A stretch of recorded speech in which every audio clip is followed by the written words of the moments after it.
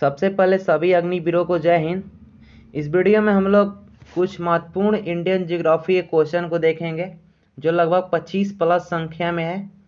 और ये जो क्वेश्चन है ये सभी नेवी, इंडियन नेवी जो होगा अग्निवीर के होने वाली जो एग्जाम है अभी एसएस और एमआर की जो फार्म रहे उसके लिए बहुत ही महत्वपूर्ण होगी। तो आप लोग वीडियो को लोग शुरू से अंत तक देखिएगा। तो चलिए स्टार्ट करते हैं। अगर अच्छा लगे तो सपोर्ट कीजिएगा। तो पहला क्वेश्चन है, केंद्र शासित प्रदेश अंडमान निकोबार द्वीप समूह की राजधानी पोर्ट ब्लेयर किस द्वीप पर स्थित है? तो सबसे पहले आप लोग याद रखिएगा अंडमान निकोबार की राजधानी क्या है? Port Blair. अब पूछ रहे हैं कि ये अंडमान निकोबार के किस द्वीप पर स्थित है? तो ये दक्षिण अंडमान में स्थित है। ठीक, याद रखिएगा जो अंडमान निकोबार की राजधानी है पोर्ट ब्लेयर वो किधर है? तो दक्षिणी अंडमान में पड़ता है। चलिए अगला क्वेश्चन देखते हैं। अगला है कौन सा राज्य उत्तरी पूर्वी राज्य की 7 बहनों का भाग नहीं है? ठीक भाई, ऑप्शनल क्वेश्चन है। जैसे दे देगा कि 3 राज्य दे देगा ऑप्शन में जो 7 सिस्टर कराएगा यानी 7 बहनों की राज्य, और एक ऑप्शन दे देगा जो नहीं रहेगा। तो कौन होती है 7 सिस्टर, पहले आप लोग ये जान लीजिए। तो भारत के जो पूर्वी राज्य हैं, जैसे भारत इस तरफ मान लीजिए कि भारत हुआ, इधर वाले जो भी राज्य है पूरब की तरफ वो 7 राज्य जैसे मणिपुर, मेघालय, अरुणाचल, त्रिपुरा, नागालैंड और असम, ये जो 7 राज्य हैं वो 7 सिस्टर के नाम से जाने जाते हैं। और उधर ही एक सिक्किम भी है, उनसे ही जुड़ा हुआ सिक्किम है। ठीक, सिक्किम मगर जो है वो 7 सिस्टर में नहीं आता है। आप लोग सबसे पहले एक बात बताइए कमेंट में कि सिक्किम जो है भारत का हिस्सा कब बना था? मतलब जो पहले सिक्किम जो था एक स्वतंत्र देश था, तो आप लोग को बताना है कि सिक्किम भारत का हिस्सा कब बना था, मतलब भारत के भाग में कब शामिल हुआ था। ठीक, तो हमारा क्वेश्चन है कौन सा राज्य पूर्वी राज्य की 7 बहनों में नहीं आता है? तो 7 सिस्टर आप लोगों को बता दिया कि जो उधर अरुणाचल प्रदेश, असम वगैरह वो जो राज्य पड़ते हैं वो हैं। तो ऑप्शन में होगा शायद सिक्किम और पश्चिम बंगाल। तो आप लोग याद रखिएगा मेनली सिक्किम ऑप्शन में देता है। चलिए अगला देखते हैं। अगला एक कौन सा महत्वपूर्ण अक्षांश भारत को 2 भागों में बांटता है? जैसे अक्षांश, एक होता है अक्षांश और एक होता है देशांतर। तो जो लंबवत होता है उसे क्या कहते हैं? अक्षांश, और जो ऐसे पैरेलल होता है उसे देशांतर कहते हैं। ठीक है, तो बोल रहा है कौन सा अक्षांश भारत को 2 भागों में बांटता है? तो 23 डिग्री 3 मिनट उत्तर। ठीक, 23 डिग्री 3 मिनट उत्तर वाला जो अक्षांश है वो भारत के 2 भागों में बांटता है। अगला देखते हैं। उत्तर भारत में उप हिमालय क्षेत्र के सहारे फैले समतल मैदान क्या कहलाते हैं? जैसे उत्तर भारत में उप हिमालय क्षेत्र में फैले समतल मैदान क्या कहलाते हैं? भांवर कहलाते हैं, भांवर। ठीक, भांवर कहलाते हैं। अगला देखते हैं। कोरी निवेशिका कहाँ है? कोरी निवेशिका कहाँ है? कोरी निवेश का स्थान है, तो बोल रही है कहाँ है? तो कच्छ के रण में पड़ता है कोरी निवास का। और कच्छ का रण कहाँ है? तो गुजरात में पड़ता है, गुजरात। आप लोग एक नदी जो सुने होंगे कच्छ के रण में बहने वाली महत्वपूर्ण नदी कौन सी है? तो लूनी नदी लूनी नदी है जो भारत की, वो कच्छ की रण में ही बहती है। अगला देखते हैं। अगला है भारत का कौन सा राज्य 3 ओर से बांग्लादेश से घिरा हुआ है? जैसे भारत का कौन सा राज्य 3 ओर से बांग्लादेश के साथ सीमा बनाता है? राइट आंसर होगा त्रिपुरा। यह भी 7 सिस्टर का ही भाग है त्रिपुरा, और इसकी राजधानी है अगरतला। अगला देखते हैं। भारत के किस स्थान को मरुस्थल की राजधानी कहा जाता है? तो आप लोग इसको सोचिए कि भारत में मरुस्थल कहाँ है? तो भारत में मरुस्थल कहाँ है? राजस्थान में है, राजस्थान। उसका नाम क्या है? थार मरुस्थल। विश्व का एकमात्र ऐसा मरुस्थल है जहां पर लोग रहते हैं। ठीक, नहीं तो और कहीं भी विश्व में जहाँ मरुस्थल है उसमें लोग नहीं रहते हैं, खाली रेगिस्तान, मतलब उसमें बालू भरा रहता है, रेत होता है। मगर यहाँ पर भारत में मात्र एक मरुस्थल जिसका नाम है थार, वो उसमें लोग भी रहते हैं। तो उसकी आंसर होगा जैसलमेर। भारत के किस स्थान को मरुस्थल की राजधानी कहा जाए? तो राइट आंसर होगा जैसलमेर। अगला देखते हैं। अगला है अरावली और विंध्य श्रृंखलाओं के बीच कौन सा पठार है? तो मालवा का पठार जो है वो अरावली और विंध्य के श्रृंखलाओं के बीच में है। अरावली की जो पहाड़ी है वो कहाँ है? राजस्थान में है। और सबसे पुरानी, विश्व की सबसे पुरानी कौन है? तो ये अरावली पर्वत ही है, और इसकी सर्वोच्च चोटी का नाम है माउंट आबू, माउंट आबू। और जो विंध्य पर्वत है ये उत्तर भारत में जैसे झारखंड हो गया, उत्तर प्रदेश हो गया, छत्तीसगढ़, इस सब में फैला हुआ है। ठीक है, और मालवा का पठार भी छत्तीसगढ़ और मध्य प्रदेश में ही फैला हुआ है, इसको याद रखिएगा, छत्तीसगढ़ और मध्य प्रदेश में।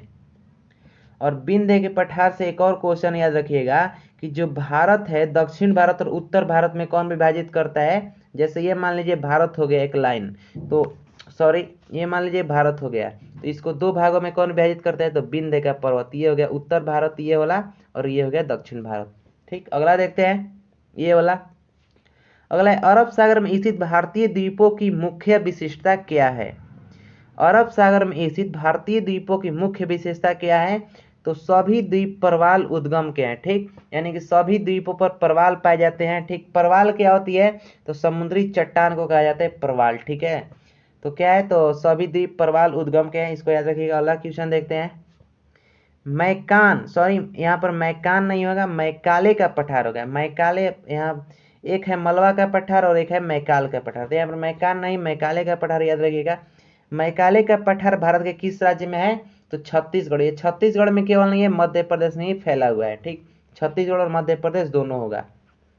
अगला देखते हैं, छोटा नागपुर किसका नाम है, तो जो रांची का पठार है झारखंड में पड़ता है, उसी को छोटा नागपुर के नाम से जाना जाता है। इसको भारत का नूर कहा जाता है। क्या, भारत का नूर। अगला देखते हैं। अगला इंदिरा पॉइंट भूमध्य सागर से कितना दूर है, तो 876 किलोमीटर दूर है इंदिरा पॉइंट भूमध्य सागर से। आप लोग पढ़े होंगे कि भारत का दक्षिणतम बिंदु कौन है, इंदिरा पॉइंट। इंदिरा पॉइंट भारत का सबसे दक्षिणतम बिंदु है। इसको मैं एक बार मिटा देता हूँ। ठीक, फिर से देखते हैं।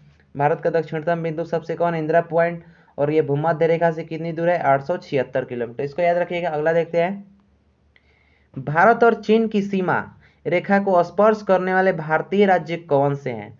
बोल रहा है कि वह भारतीय राज्य कौन से हैं जो चीन के साथ भी सीमा सटे हैं या बनाते हैं। ठीक, तो इसमें अरुणाचल प्रदेश है, नागालैंड है, मणिपुर है और मिजोरम है। ठीक, चार राज्य कौन, अरुणाचल, नागालैंड, मणिपुर, मिजोरम।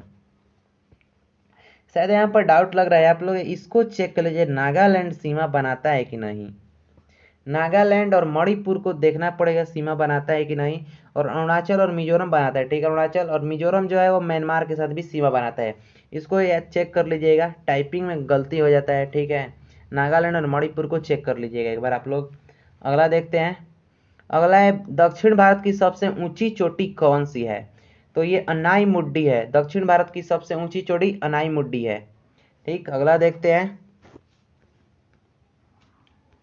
अगला है सर्वप्रथम इंडिया शब्द का प्रयोग भारत के लिए किस भाषा में किया गया, तो जो यूनानी आए थे सबसे पहले भारत में आक्रमण किसका हुआ था, तो यूनानियों का। यूनानियों को ही ग्रीक नाम से जाना जाता है, ग्रीक। ठीक, तो सर्वप्रथम इंडिया शब्द किसने दिया था, तो यूनानियों ने, उसको ग्रीक भी बोला जाता है। यूनानियों को क्या बोलते हैं, ग्रीक। उन्हीं के नाम पर एक ग्रीस देश है, क्या, ग्रीस। अगला देखते हैं। अगला है प्राचीन भारतीय भौगोलिक मान्यता के अनुसार भारत किस द्वीप का अंग था, तो जम्बू द्वीप का। आप लोग अगर रामायण या महाभारत देखे होंगे तो जम्बू द्वीप पे उसमें बोला जाता है, तो भारत किस द्वीप का भाग था, तो जम्बू द्वीप का। अगला देखते हैं। भारतीय मानक समय कितने डिग्री देशांतर पर आधारित है, तो 82 डिग्री 36 मिनट पूर्व देशांतर पर आधारित है। ठीक, 82 डिग्री 36 मिनट। आप लोग इसको 82.5 डिग्री बोला जाता है। ठीक, 82.5 डिग्री आप लोग इसको याद रखिएगा। और पूर्वी देशांतर इसको जरूर याद रखिएगा, ऑप्शन में देता है उत्तर देशांतर, दक्षिण देशांतर, तो याद रखिएगा 82.5 डिग्री पूर्वी देशांतर। भारतीय मानक समय कितने डिग्री देशांतर पर आधारित है, तो 82.5 डिग्री पूर्वी देशांतर। अगला देखते हैं। आदम का पुल किन दो देशों के मध्य स्थित है, जैसे बोल रहे हैं आदम का जो पुल है वो किन दो देशों के मध्य स्थित है, बैरन एवं नरकोंडा। सबसे पहले तो ये दो देशों के बीच बोल रहा है, और आंसर है बैरन और नरकोंडा दोनों ज्वालामुखी है। एक है ये जो एक है नरकोंडा वो सुस्त ज्वालामुखी है, और जो बैरन है सक्रिय ज्वालामुखी है। भारत की एकमात्र सक्रिय ज्वालामुखी कौन है, तो बैरन ज्वालामुखी। आप लोग दो देशों के बीच में बोलेगा तो याद रखिएगा भारत और श्रीलंका के बीच में है आदम का पुल। ठीक, आदम का पुल भारत और श्रीलंका के मध्य में है। और जब ऑप्शन में देगा ज्वालामुखी तो बैरन एवं नरकोंडा के बीच में है। अगला देखते हैं। अगला है हैदराबाद का जुड़वा नगर कौन सा है, तो सिकंदराबाद है जो हैदराबाद का जुड़वा नगर है। अगला देखते हैं। थार भूमि कहाँ है? तो ये पहला ही हो गया है, थार भूमि राजस्थान में। क्वेश्चन था पहले हमारा क्या है का, जो क्वेश्चन था पुराना वाला वो क्या था कि भारत की मरुस्थल की राजधानी कौन सी है? तो जैसलमेर था, जैसलमेर। ठीक, अगला देखते हैं। अगला है, भारत का कौन सा राज्य सबसे अधिक राज्य की सीमाओं को स्पर्श करता है? तो उत्तर प्रदेश। उत्तर प्रदेश टोटल 8 भारतीय राज्यों की सीमाओं को टच करता है। ठीक, अगला देखते हैं। अगला है, भारत से पहले कौन सा भारतीय क्षेत्र काला पानी के नाम से जाना जाता है? तो अंडमान निकोबार द्वीप समूह को काला पानी के नाम से जाना जाता है। अंडमान निकोबार पहले जापानियों का था, जापानियों ने सुभाष चंद्र बोस को दिया था। ठीक, अंडमान निकोबार पहले किसका था? जापानियों का।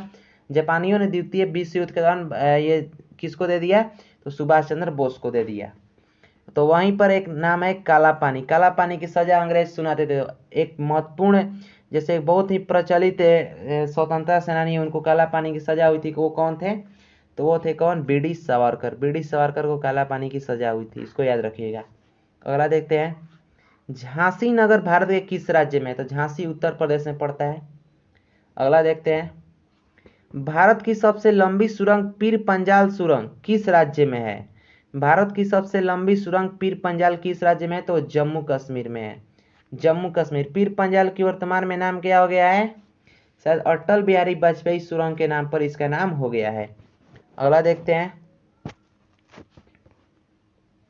अगला है, भारत और पाकिस्तान के बीच सीमा रेखा का निर्धारण किसने किया? तो ये रेड क्लिफ नाम का एक था। ये कोई, देखिए, भारत और जब पाकिस्तान का बंटवारा हुआ तो ये रेड क्लिफ कोई गवर्नर नहीं था, ये इंग्लैंड का कोई अधिकारी था, आम अधिकारी। उसने आकर डायरेक्ट सभी पुलिस स्टेशन को मिलाया और भारत का इसी में विभाजित कर दिया। किसी के खेत पाकिस्तान में चल गया, किसी के खेत भारत में आ गया। तो याद रखिए कि भारत और पाकिस्तान के बीच सीमा रेखा का निर्धारण किसने किया था? तो रेड क्लिफ ने किया था। यहाँ पर हमारा 25 क्वेश्चन कंप्लीट होता है। उम्मीद करता हूँ आप लोग को अच्छा लगा होगा। मिलेंगे नेक्स्ट वीडियो में। जय हिंद।